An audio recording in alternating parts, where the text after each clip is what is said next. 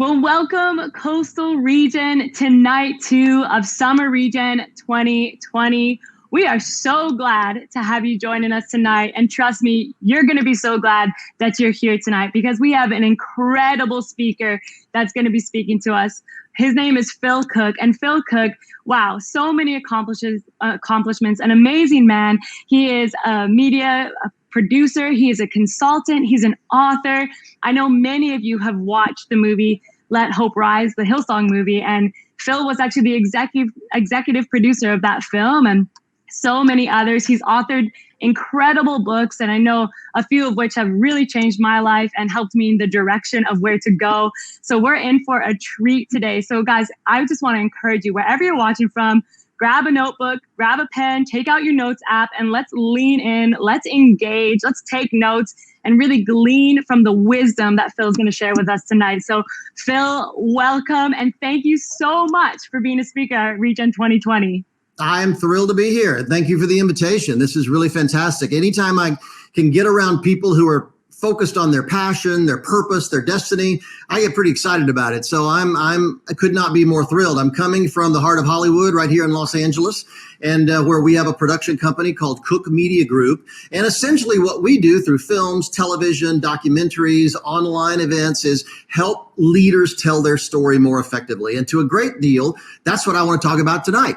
How you tell your story more effectively. You know, sometimes when we're in our teens or our 20s, we get incredibly focused on a job or a career. We think about, if I could just figure out what job I'm supposed to be doing or what career I should be pursuing, that's what we seem to get hung up on. But the truth is, I want to go a little bit deeper, because ultimately I believe it's not about a job. It's not even about your career. It's more about what God put you on the earth to do. Why are you wired? How are you wired? Trying to figure that out opens the door to finding what that career should be, what that job should be. And it completely changes the dynamic of what you're pursuing in your life. So I want to talk a little bit in this session about finding that thing. You know, I wrote a book a number of years ago called One Big Thing, Discovering What You Were Born to Do. And it sounds like a weird title, but the reason I wrote it is because I've worked with leaders for decades from all walks of life, church, ministry, business, nonprofit, countries all over the world. And one of the things I've discovered is leaders who make an impact, who really go the extra mile, who get on the radar, who get noticed out there in a big way, aren't leaders who are pretty good at a lot of things. They're people who are extraordinary at one big thing. Very often when I'm speaking to a group like this, I'll ask, how many in the room are pretty good at a lot of things? And most people will admit, yeah, that's my story. But most of us have trouble discovering, what is that one big thing that would really get me noticed? And let me tell you, it's absolutely critical. We live in the most distracted culture in the history of the world. In fact, distraction is such a huge issue. The average person in Canada, in America today, sees about 10,000 media messages every single day. I saw a statistic recently that we check our iPhone about 150 times a day. The average typical person checks their iPhone about 150 times a day. In fact, what's horrifying is the average middle schooler checks theirs about 85 times a day.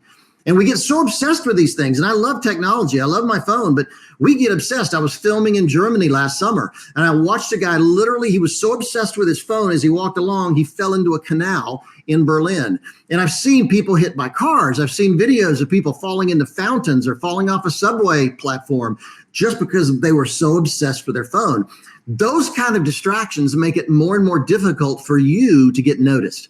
Whether you're trying to advance your career in an office or in a studio, if you're a creative person, if you're a business person, an entrepreneur, whatever, those kind of distractions in our culture today make it really, really hard to get noticed. So what I've discovered is the people that break through are people who have really figured out what their one big thing is. And I want to walk you through that process in the next few minutes. In fact, it's interesting that just remember, it's not about a job. What I'm talking about in this session isn't about a job. It's really about finding your purpose, your place, how you were wired.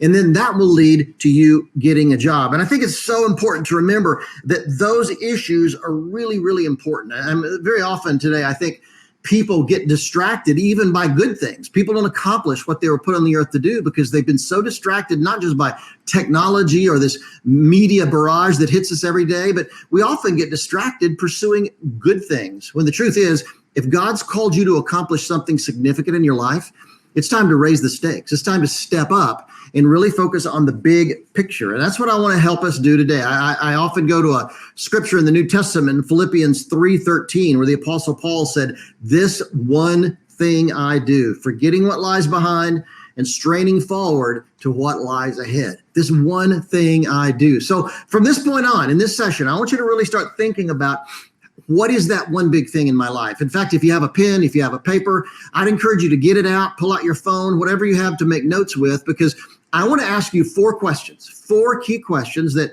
I think if you take them home, if you take them to your apartment, your college dorm, wherever you might be, if you take them back and really reflect on these 4 questions, it'll start to help you understand what your purpose is and where you're supposed to go. And by the way, even though, this is Regen, this is younger people, I'm telling you, this works no matter what age you are. I've had people in their 70s and 80s tell me, Phil, I've spent my life I was successful in business, but I never really felt like I discovered what I was put on the earth to do.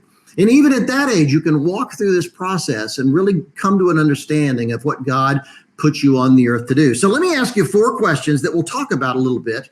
And then at the end, I want you to take them and really reflect on your own life. The first question I would ask is, what comes easy for you? What comes easy for you? All of us, I think, are born just being better at something than most other people are. I've worked with professional athletes over my career quite a bit. And they'll always say, Phil, I was just always the fastest guy in the neighborhood, or I always had the ability to catch the ball. No matter where I was or what I was doing, I could catch the ball. Or I always had this instinct to run for the hole. Or I knew where the basket was. Wherever I was on the court, I always knew where the basket was. They just had these instincts that they were born with, and they discovered that career as an athlete may be the one big thing I'm supposed to pursue. And it's interesting, that works in any walk of life you want to pick. Comedians will tell me, hey, I just saw life differently than everybody I grew up with. I just thought things were funny that maybe other people didn't even notice. I just had this knack for it.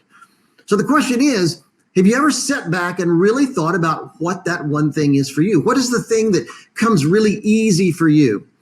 One thing I've discovered is that other people often notice it before we do. I use the example sometimes of a prom committee. Remember, I don't know if you do high school proms in Canada, but here in the States, we do a high school prom, and it's a big, big event. So we have about 6 or 8 people on the prom committee in high school. And I remember we would sit around a desk or a table, and we say, now, Sam, you're really good with people, so why don't you host the prom this year? And Susan, you're really great with numbers. Why don't you keep the budget for us? Or John, you're incredibly creative. Why don't you come up with a tagline and do all the advertising and promotion for the event? Other people seem to notice what that thing is that you do so well. So sometimes it's often good to ask, talk to other people. What do you think I'm really good at? What it is, again, it's not a job. It's more of, what's that skill set you have? What's that gift you have that you seem to be really good at that other people can't do? For one of the things for me is writing. I've just always been able to write. I've written hundreds and hundreds of commercials, television scripts, all kind of stuff, books, and it's just really easy for me. Some people find, it's not that I'm a great writer. And by the way, just because it comes easy for you doesn't necessarily mean you're amazing at it. An athlete still has to train and prepare. A comedian still has to really work at coming up with great jokes. Whatever it is, you still have to work at it, as I do with writing. But it was something that just came really natural for me. I could always express myself through writing even better than in a conversation. In fact, I don't call myself a writer. I call myself a rewriter. I throw it down on the page, and then I go around and play around with it until it is exactly what I want. So just think, let's start off with that first question. What are you better at than most other people? What comes easy for you? The second question you need to ask is, what do you love? What do you really, really love? Now, this is a question most people will default to, and they start there, but I think it's important to think about what you really love from a little different perspective. For instance, when I was a kid, I lived on the edge of town. I grew up in Charlotte, North Carolina, here in the States, and I lived on the edge of town. From our front yard, I could see stores, I could see a housing development. From my backyard, it was all woods for miles and miles and miles. We literally lived on the edge of the city. So I'd get up in the morning and, in the summer, or maybe it was on a Saturday, and I'd have breakfast, and my dog Boots and I would just head out into the woods. And we would literally go exploring for miles and miles and miles. And, parents would be horrified if their kids did that today. It's such a different world we live in, but I wouldn't come back until dinner time. And we would go for miles, and I uncovered, you cannot believe the stuff I encountered while exploring as just a little kid. I found a house, for instance, that was in the process of being under construction. And they were about halfway through, and I loved going through houses that were under construction. Nobody was around. It was a Saturday. And I saw a giant pile of debris over to the side, wood that they had thrown out, plaster, all kind of garbage and stuff they'd thrown out while they were in the process of building this house. And I was over there, and I found a piece of wood that I thought I could make something out of this. Pulled the piece of wood out and uncovered a stash of 24 canned hams. Apparently somebody had stolen them from a grocery store, probably a stock person in the back room, stolen them from a grocery store, stashed them in this pile, and was going to come back and pick them up. Well, that was true until Phil showed up. And I went racing back to my house. I was about an hour away just running, but I got my red wagon. I brought it back, and it took me about 5 trips, but I literally brought 24 canned hams home to my mom. And we literally lived on canned ham for like 2 years. And I often wondered, what was that guy's expression when he went back to get his prize and raised up the wood and found nothing there? But I uncovered a moonshine still on one trip. I'm telling you, we lived on the edge of the woods. And it opened my eyes to this desire to always want to know what's on the other side of that hill. And even today, I do that with my work. I've either lectured in or filmed in 100 countries around the world. I really do research for my books so I can go out there and figure out what's going on in some area and come back and share it with people. I just love exploration. So when I think about what I truly love, it's being on the road. It's traveling. It's exploring. If I lived in the 1800s, I would have been David Livingstone or somebody like that. I want to go to the ends of the earth. So the question is, what is that thing for you? And let me just say this. When you love something, when you really discover what you love, it becomes a joy even when it's incredibly difficult. I was filming a movie one time in Italy, and I was on a hillside. It was 3 a.m, pouring down rain, freezing cold. We were filming a scene on the side of this hill out in the middle of nowhere. And I was miserable in every way you could imagine. I was hungry. I was tired. We'd been filming in this crazy schedule for weeks. I was tired. I needed to sleep so bad. And we were soaking wet and freezing, and we were just miserable.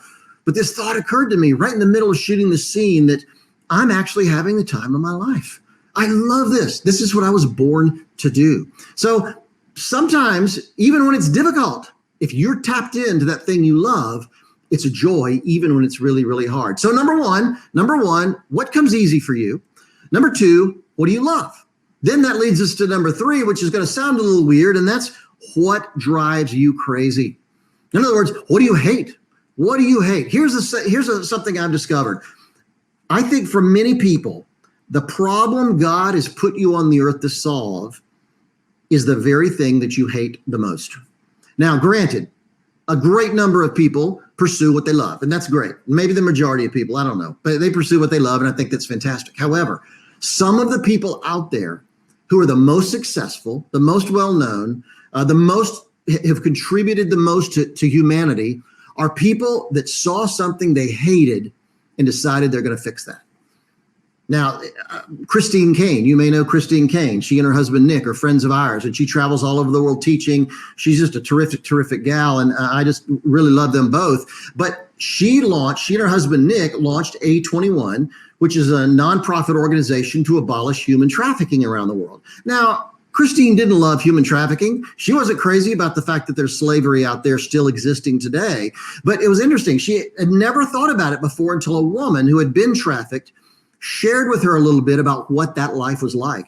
And when she told Christine about the reality of human trafficking, it so upset Christine that she literally got sick to her stomach. She threw up. She got so upset by it. And she said, that day I decided I'm going to do everything in my power to stop it. So in that case, she's pursuing something she actually hates. Now, it doesn't have to be human trafficking or world hunger or something like that. It could be what you hate about your iPhone. What is it you hate about the company you work for? What is it you hate about the school you go to? Maybe God's put you there at this moment in time to fix that problem or to make that change. What is it about the city you live in or the town you live in? What in your life really rubs you the wrong way? T.D. Jakes, a great pastor in Dallas, says, your misery is your ministry. He actually understands the fact that what makes people nuts, what they hate, is often what God's actually put them on the earth to accomplish. So I would encourage you, sit back, take a few minutes tonight or tomorrow or some other time as you reflect on this and think about what really makes me crazy. It could be something that God has divinely put in your life for you to fix, for you to change. Now, in the case of human trafficking, Christine and Nick, they're not going to solve it all by themselves. It takes millions of people and a lot of organizations and government participation to make the change, but they've made a radical impact. I think it was Steve Jobs, founder of Apple, who said, I just want to make a dent in the universe. And I think he certainly did. There's no question about that. Maybe that's your calling, is to find out something you hate and go out there and fix it. The fourth thing I think it's really, really important is, what do you want to leave behind? What do you want to leave behind? What do you want to put on your tombstone? I know if you're young, you don't think in terms of my tombstone, or you don't think in terms of legacy, but it's never too early, I think, to start considering what mark you want to leave out there. What mark you want to put out there? What do you want to, if you were, God forbid, if you died tonight, what would people say about you? What would people want to remember you about? That's a big thing to start thinking about. So it's 4 key questions that I think are worth answering. Number 1, what comes easy for you? Number 2, what do you love? Number 3, what drives you crazy? And then number 4, what do you want to leave behind? Now, let me say a word real quick about pursuing this. So many people pursue their passion. And I just want to say an important word about passion. And I think passion's important. I get passion. I think that, many people naturally want to pursue something they're passionate about. But I'm going to tell you something. I would encourage you, stop thinking about your passion for a bit and start using these questions to focus on what you're really wired to do. A good example is I get screenplays all the time submitted from writers who will tell me, Phil, I'm so passionate about writing. Yeah, I know, but you suck at it. You're a terrible writer. People just get passionate about stuff they're no good at. I even experienced that in my own career.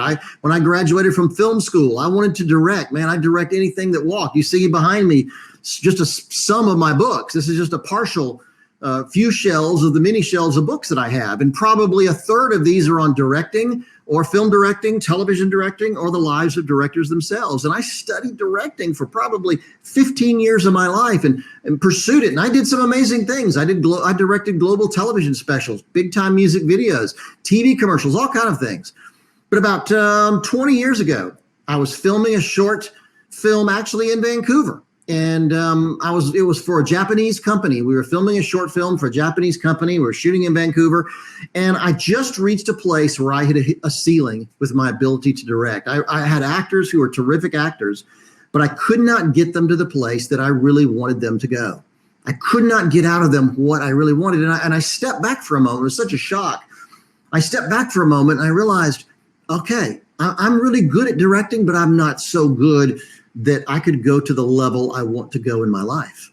And when I thought it for a minute, I thought, well, wait a second. I've produced more television and film programming than most people will ever do in their life. And I love writing. I'm passionate about writing. I'm good at it. I get pushback about how great it is. Maybe I should be a writer and a director. In Hollywood, we call it a showrunner. They're the primary person behind a television series, a Netflix show, an Amazon show. A showrunner is the person that really creates that story and guides that process. And so I stepped back, brought in other directors who I thought were extraordinarily talented. I started writing and producing television series, movies, all kind of things.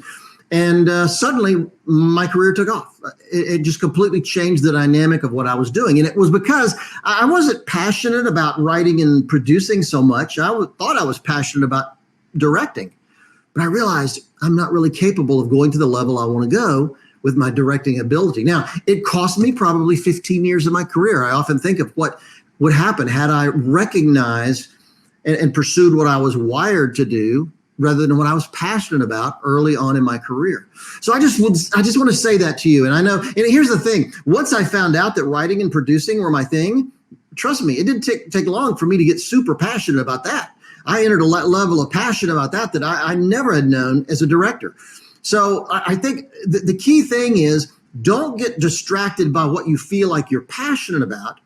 Start focusing on what you're wired to do, what gifts and talents you have, how you answer these 4 questions, and it'll open up the door in an entirely new way and let you see something that's so important. So let me just tell you, just kind of as we start to wrap this up, how some of this has helped me in my own life. And trust me, if you're in your teens, if you're in your 20s, you're going to experience a lot of setbacks in your career. And the most important thing about remembering this one big thing concept, the most important thing about what I'm talking about right now is no matter what happens, no matter what obstacle, you're going to work with jerks. You're going to work in bad situations. You're going to be fired at 36 years old. I was fired from my job. I was directing one of the largest inspirational shows in America from a studio in the Midwest.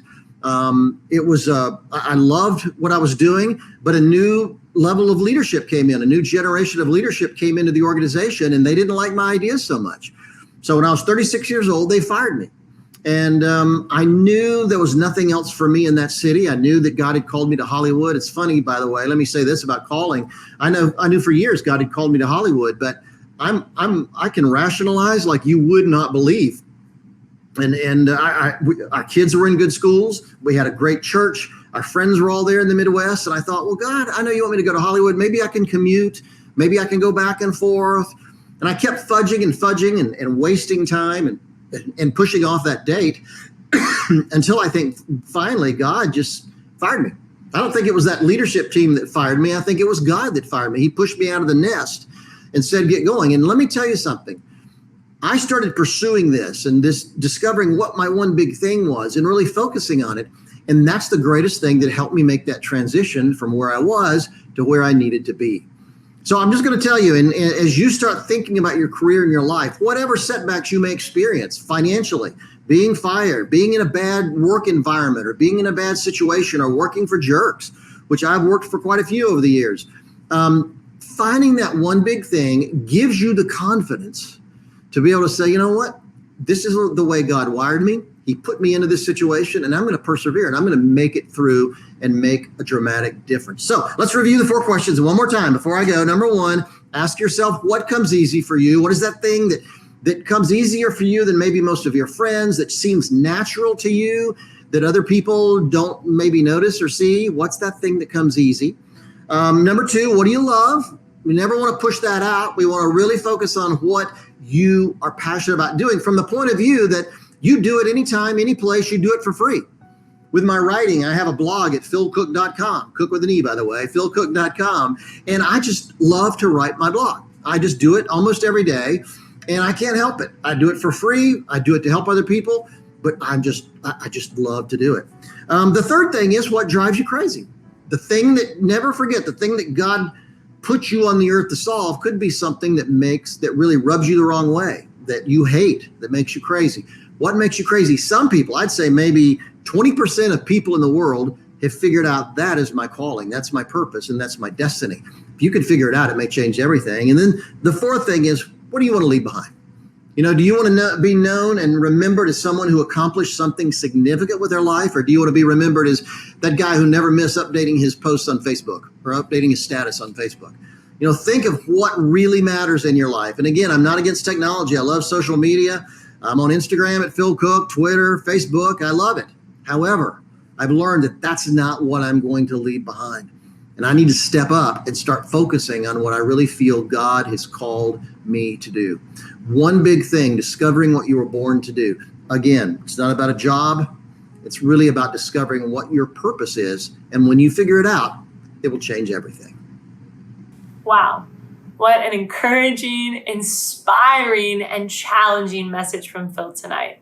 He challenged us to think about big questions like, how are we going to be remembered on this earth? What's the impact that you want to make?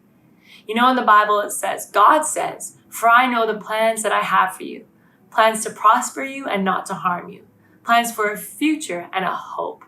That's God, that He has a plan and a purpose for each and every one of you watching tonight. And maybe you're watching tonight and you never knew that the God of the universe cared about you.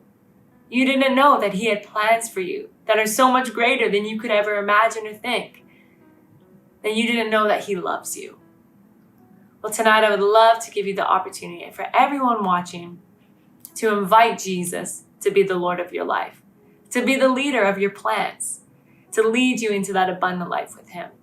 So I'm going to invite every person who's watching to say a prayer after me, to say it out loud with me. And let's invite Jesus to enter into our hearts. Amen. Repeat this after me. Dear Jesus, today, I invite you into my heart. I recognize I can't do this without you anymore. I need you. So would you come? Would you lead me? Would you be my guide? Would you be my Lord? And would you come into my heart today? I surrender all before you. In Jesus' name, amen.